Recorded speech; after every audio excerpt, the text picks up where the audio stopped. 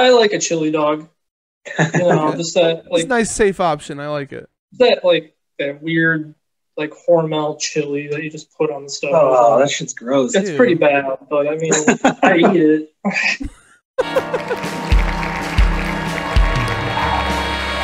Welcome to the 104th episode of the Casa Inns Creation. I'm your host, Chris. During this interview, Mathcore, Jason, community. You beautiful people in chat have any questions or comments? Drop them in. I'll read them aloud.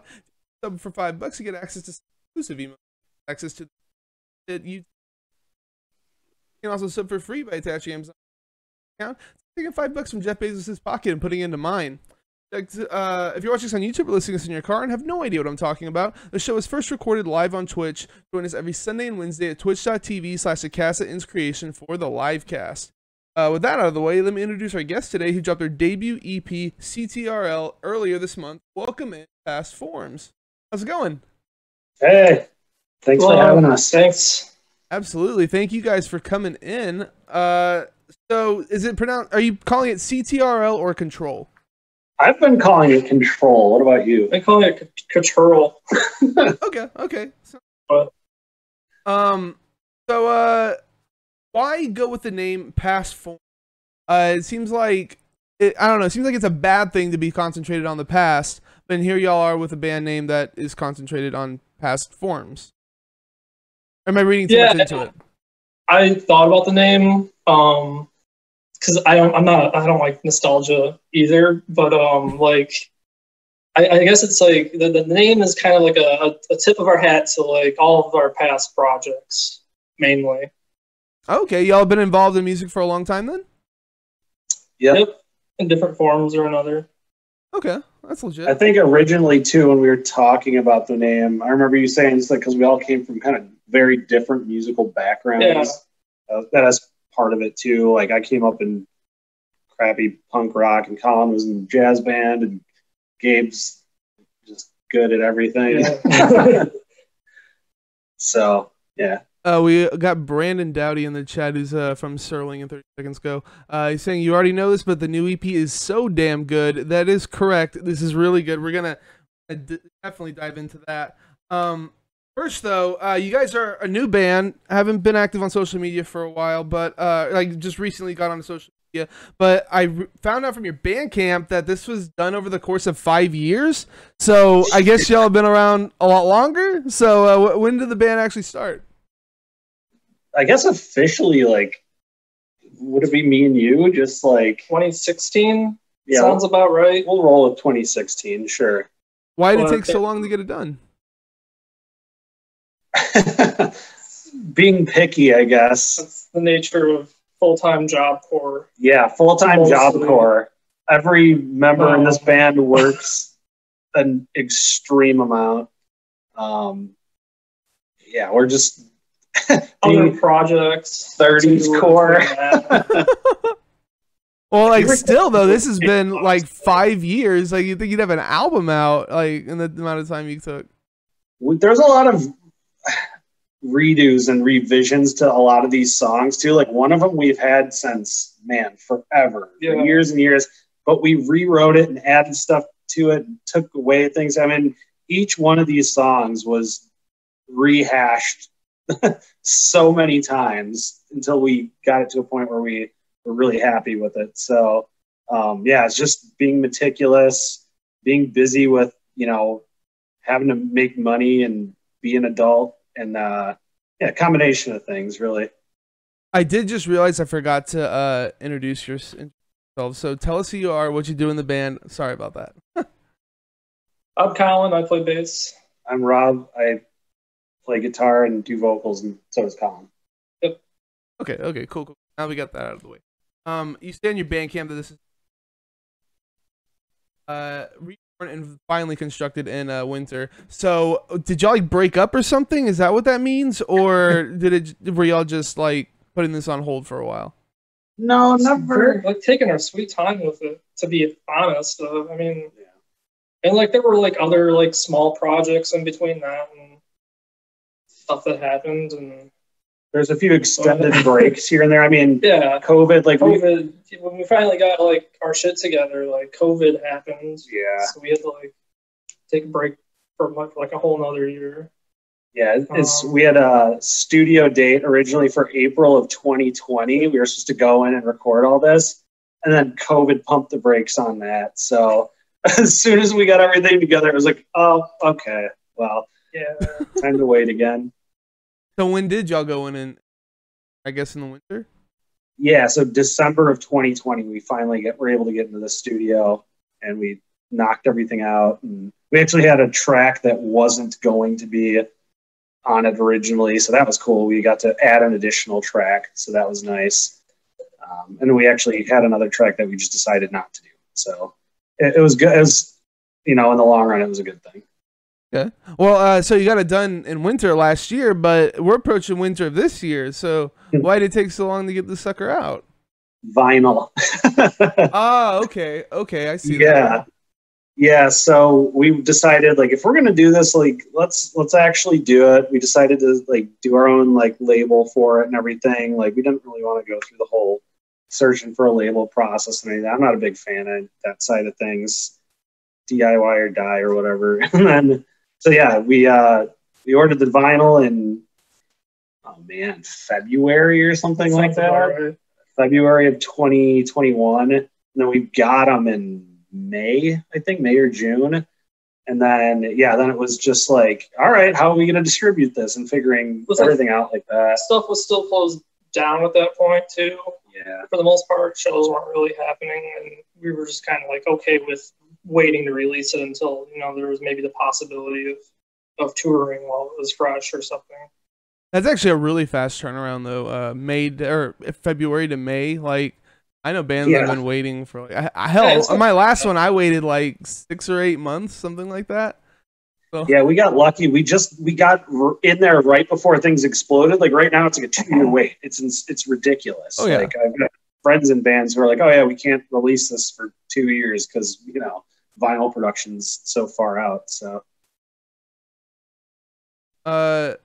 So I would say your music is somewhere between like mathcore and post-hardcore. You got some screamo thrown in, some like dancey bits. You got math rock stuff, and tons of the tappy.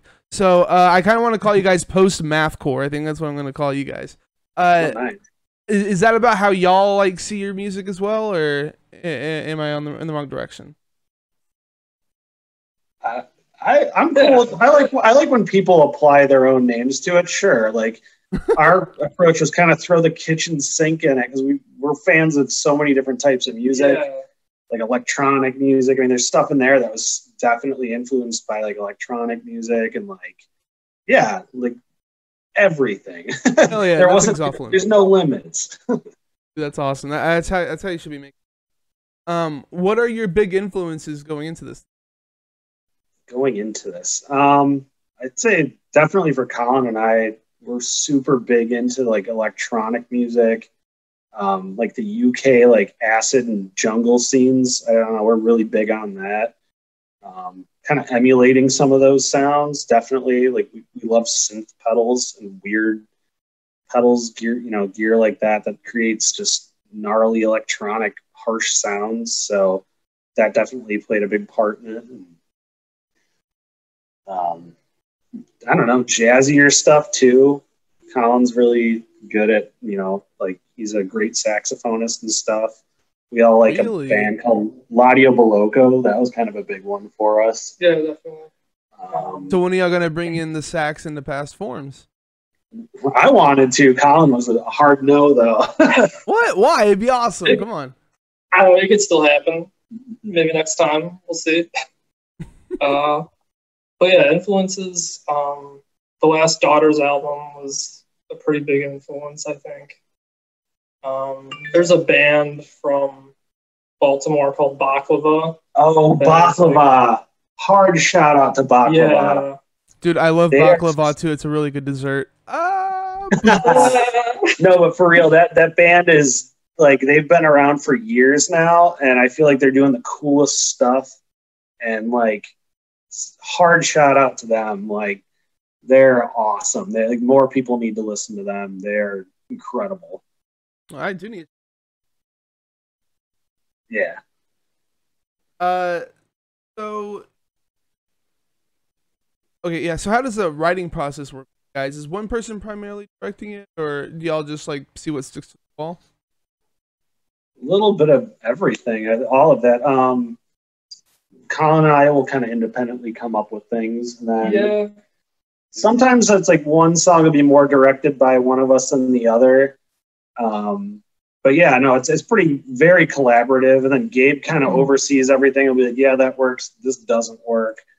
That kind of thing. So it's very collaborative. We might come up with like a riff, and Rob and I will like find something that matches between us, and then like we'll add Gabe, and then he might completely like inform like a different way of us playing it. Yeah. So y'all are bringing together like the riffs and the music and stuff, but he's like more putting it together in like a structured way. Yeah, definitely. He's definitely the counting guy. He gives us the structure for sure. The shit we bring to him, I feel bad for him sometimes. He's like, he's like, what even is this? This isn't even in a time signature. Just here, play it like this. So, yeah, he's kind of like we give him credit for bringing us back down to earth and making it good sounding. I mean, he thinks like so meticulously through some of just the ridiculous nonsense we bring him. It's true.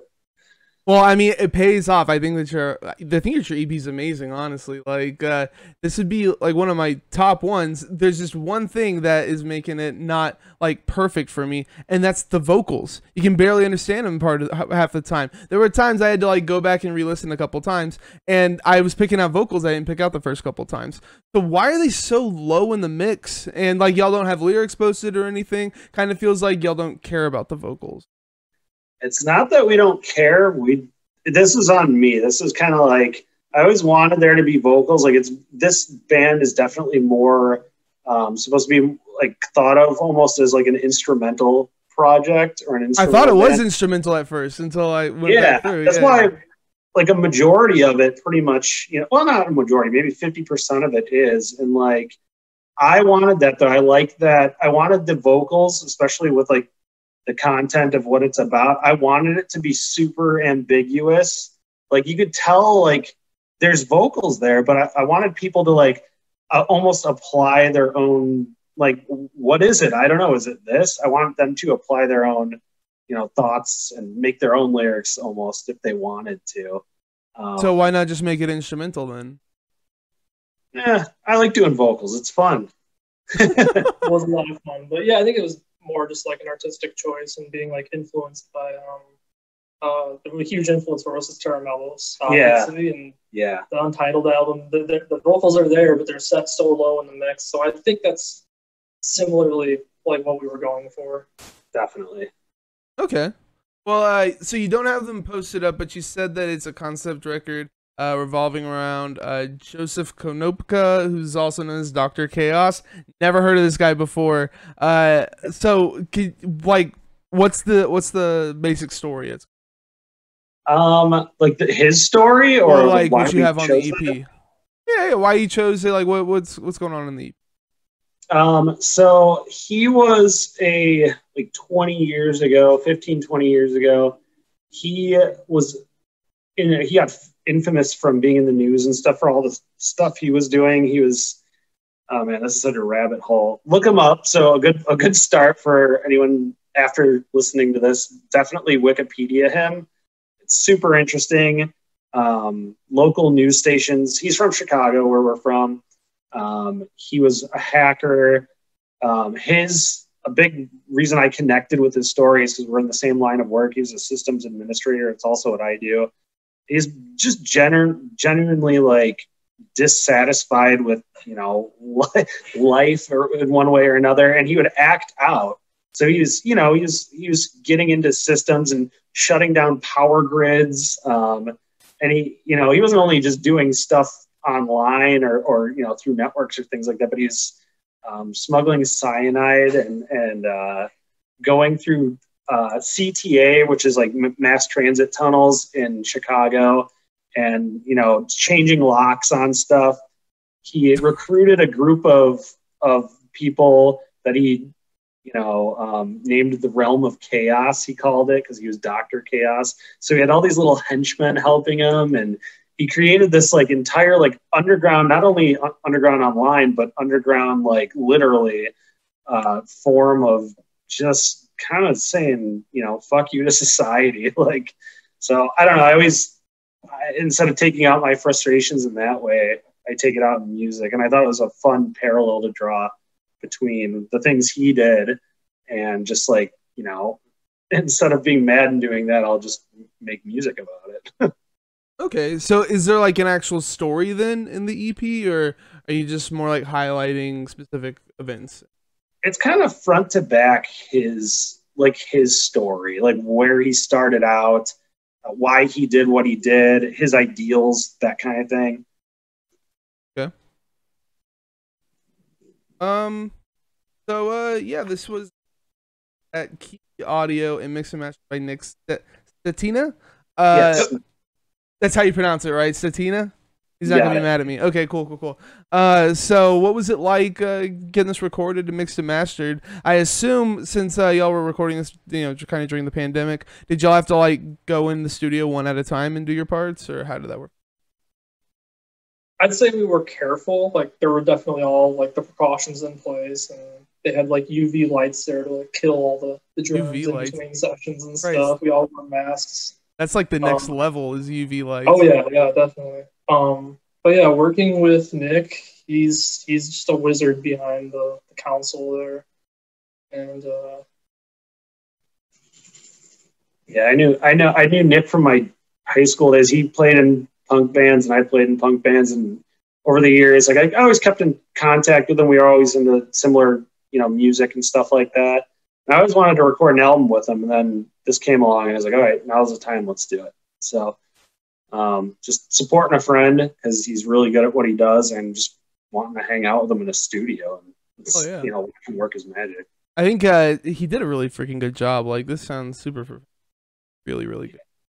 He's the best of the best. Is he more just letting y'all do your own thing, or is he one of those more hands-on kind of guys that help you improve like your sound and such? He was most of this was like, I mean, we laid it down live. The bass and the drums especially are pretty much like completely live. Yeah. We spliced in a couple things for drums and bass, but I mean, a majority of this is live. I did overdubs for guitar, just because I wanted stereo and I wanted everything to sound awesome. But Nick definitely like brought out like the best parts of our sound. definitely. For sure. Oh yeah, man. He was easy to work with. He definitely like just amplified like our vision. Pretty much, yeah. And he was like he didn't like tell us to change things or like say like do this differently. He was very just like, come in, do your thing, we'll make it sound good. And he was very sympathetic with the vision we had and just wanting to make that come to life. Oh yeah, he did a good job. So you have artwork done by Eddie Navarro. Pretty sure, like I've heard this name before, but I cannot place it. I found like an actor named Eddie Navarro. I don't think it's him. Is he like somebody in the scene, or am I just crazy?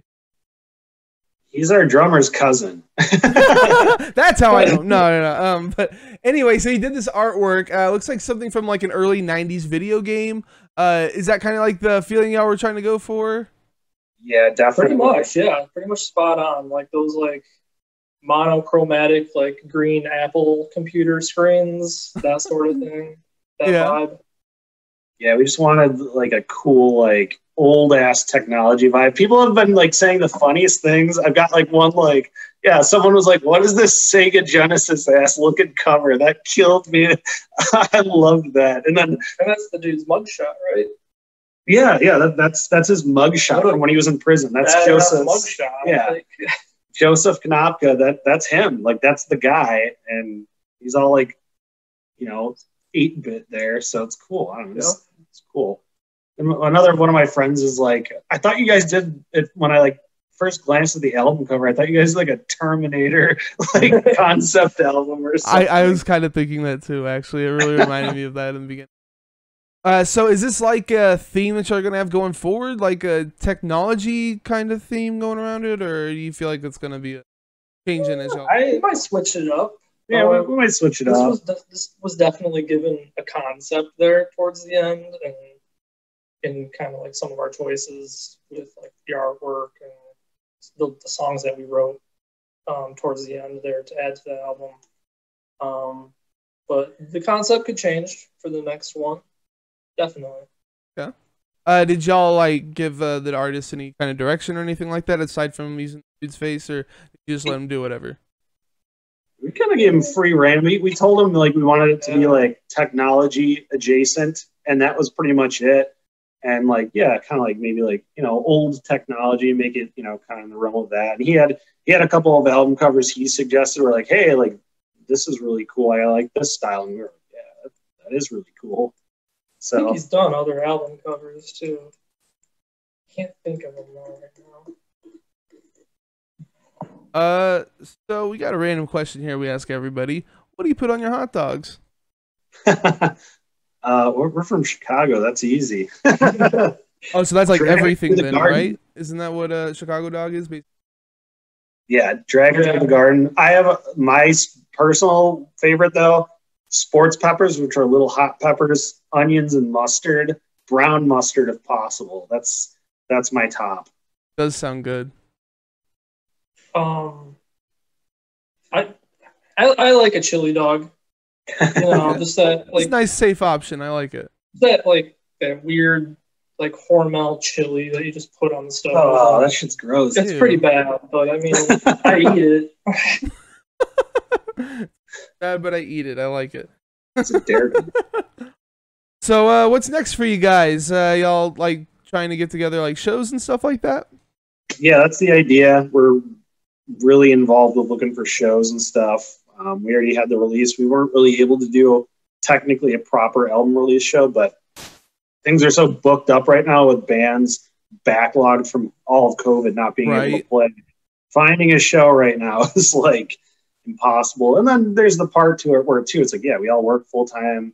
Gabe's getting married. Like we're busy as hell. You know, it's finding the time to do it and then finding a place to do it. So, yeah.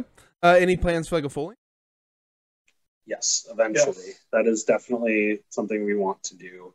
That'll probably, if I had to guess, be our next adventure. So, like next year or something like that, or that'd be awesome if it was next year. We'd really have to hustle.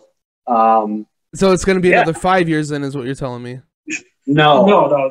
I think we're all so sick of that process that like start to back just for an EP. It took like every little step of the way is a struggle. We're done with that. We want to move a little quicker.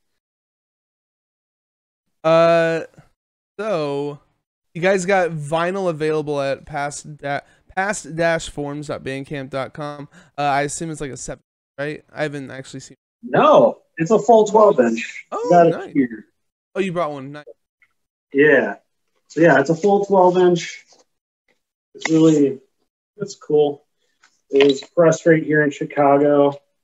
It's smashed plastic pressing. So yeah, full 12-inch, 45 RPM. Or do you have RPM. color?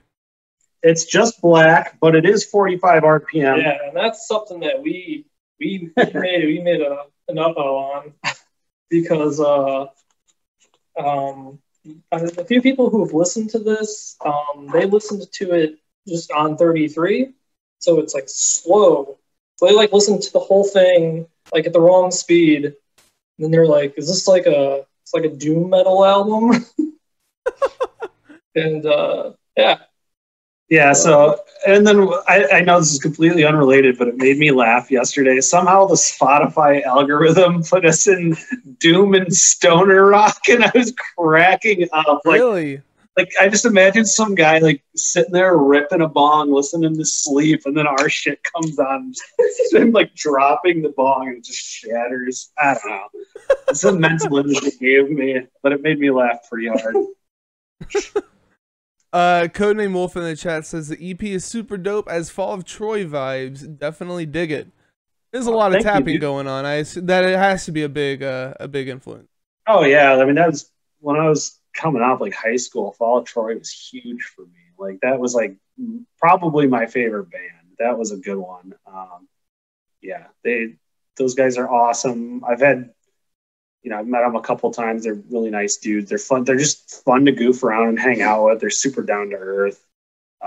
Andrew listened to our EP. That was really cool. Like he said cool shit, and like for me, that's a huge deal. I was like, wow, thanks, man. Like that was really cool. That's sick. That is name dropping over here. I like it. In addition to the vinyl, you also got tapes over at tombtreetapes.bandcamp.com. Saw a picture of them. They look really fucking cool. Yeah. No, shout out to Dave and Dave. That was awesome. Thank you guys so much for doing that. Everything they do over at Tomb Tree, amazing. Like all the music's really cool. Coolest of dudes, super supportive. Just couldn't ask for anything more. Those guys are great. Oh yeah, man. Yeah. So what was the last thing you listened to? The last thing I listened to was a band called Lilies. They were like a band. Well, they're still technically a band, I think. But the album I listened to came out in like 1994, I think. It's their second album. Damn, that's so long ago now that you think about it. Like, Jesus Christ, it's almost like 20 years ago? No, more than that. Like almost 30 years. Jesus Christ, dude, 27 years. Yeah. God, I'm doing the math in my head and I'm really bad at it. Yeah, 27 years. I'm super into the slowcore stuff lately, and like all the best of that came out in the 90s. So that band was awesome. Kind of shoegaze, slowcore kind of vibes. XMA, the Photon band of that album is called. Their second album. It's awesome. I love that stuff. So that was the last thing I listened to. Me, the last thing I listened to was Ruby My Dear, which is, I guess, under like breakcore, I guess. There's definitely like jungle influence there and on men breaks and all of that stuff.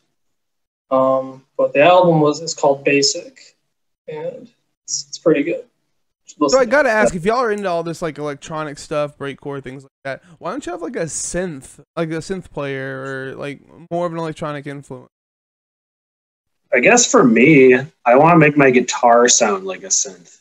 That's where it's like, okay, like I'm a terrible like piano / key player. Like my hands don't work that way, but on a guitar I can do, like way more. So for me, it's like kind of part of the fun trying to get the guitar to sound not like a guitar and like some kind of weird, crazy 808 synth or just, whatever. So that's part of the fun of it for me. Pretty much the same for me. Like bass, like I've just been amassing like weird synth pedals lately. Like the Digitech synth wah. There's this weird PLL pedal by that Industrial Electric makes, and those make some crazy sounds. But I guess like towards the end of like writing this album, like I just started thinking more of like the bass can just be a synth, and you don't have to have a synth player. Yeah, if you listen to a lot of the bass tones on this release, it's like I friggin' love it. It sounds like a synth, like it sounds like a synth player, a guitar player, and a drummer. That's really cool. So what's your album of the year so far?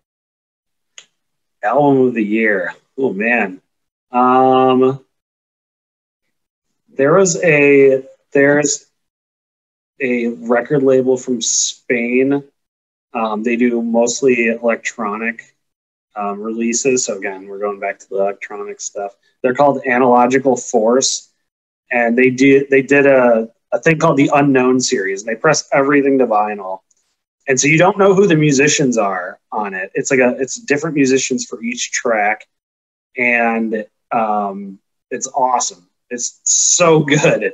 And there's rumors, they like Richard D. James, aka Aphex Twin, or like Square Pushers on it, like because they don't tell you who made, who's on each track. They just press it, and it's always on like cool, like translucent swirl vinyl and stuff. And you don't know who made it, and it's just really good though. It's like top notch. that's probably my album of the year so far. That's such a weird way to do an album. Like, you would think they would say who it is to like promote it, right? You would think so, but apparently like that like psychology of it, it's like you don't know who it is, just listen to it, and That's kind of cool. Without a name associated to it. I don't know. I think that's really cool. And yeah, the album is incredible. Mine is Mars Volta Landscape Tantrums. I guess it's not really a new album, but it's just like unfinished recordings from Deloused and Comatorium. That was a huge influence for me, like back in high school and stuff. And now they release these much rawer sounding recordings of that album, and I love everything about it. So yeah, that's about all I had to talk about, unless you had something else. No, just thanks for all the love and support out there from everyone. It's been really cool from a band coming out of nowhere, first release. So thanks for all the support and everything, and that was really cool. Yeah. I listened to you did an interview with Weasel Walter from the Flying Luttenbachers, and I absolutely loved that. That was really? I'm glad that you liked it. I was super, super nervous the whole time. Just the longer the conversation went on, I was just like, God, this guy knows way more than I do. And oh my God. I thought you aced it, man. It was good. Well, thank you. So if you're looking for some interesting post-mathcore, you should check out Control, the debut EP from Past Forms. You guys are on Facebook, Bandcamp, Instagram, Twitter, and all streaming platforms. Am I missing any kind of social? Oh, I guess Two Tree Tapes. You can find the tapes there. Yep. Yeah, we've got all that stuff and every social and streaming and everything. Yeah. Any platform you can think of, we're on there. So. Oh, you on TikTok? Oh, you got us. I feel too old for TikTok, man. I don't know. I go on there, it's like little kids dancing. It's like, can't do it. Probably not a good place to put your band for a bunch of 30-year-old dudes. So. Dude, you just got to record videos of you dancing to your music, man, and get all the Zoomers in. All right. We're going to get on Colin's phone after this and set that up. As for me, drop my channel follow so you always know when I go live. You can also sub to get access to interviews before they hit YouTube and streaming services of emotes. You can find me on Facebook, Twitter, and YouTube. YouTube folks, if you enjoyed the video, please drop a like, tickle the notification bell. Do not forget to subscribe. It's a great way to support me for free. Check out my music, The Sound That Ends Creation, at thesoundthatenscreation.bandcamp.com. Pre-orders for my new album, Boomers, Zoomers, Desperate Cougars, are up now. I'm going to be taking off Halloween. Just don't think that a lot of people are going to be here to check it out. But my next guest is Blind Tiger. You can join us next Wednesday, the 3rd at 7 p.m. Central for the live cast. Thanks for being here, guys. Hope you had a good time. Thanks. It was awesome. Thanks so much for having us. Hell yeah. And thank you guys for watching, listening.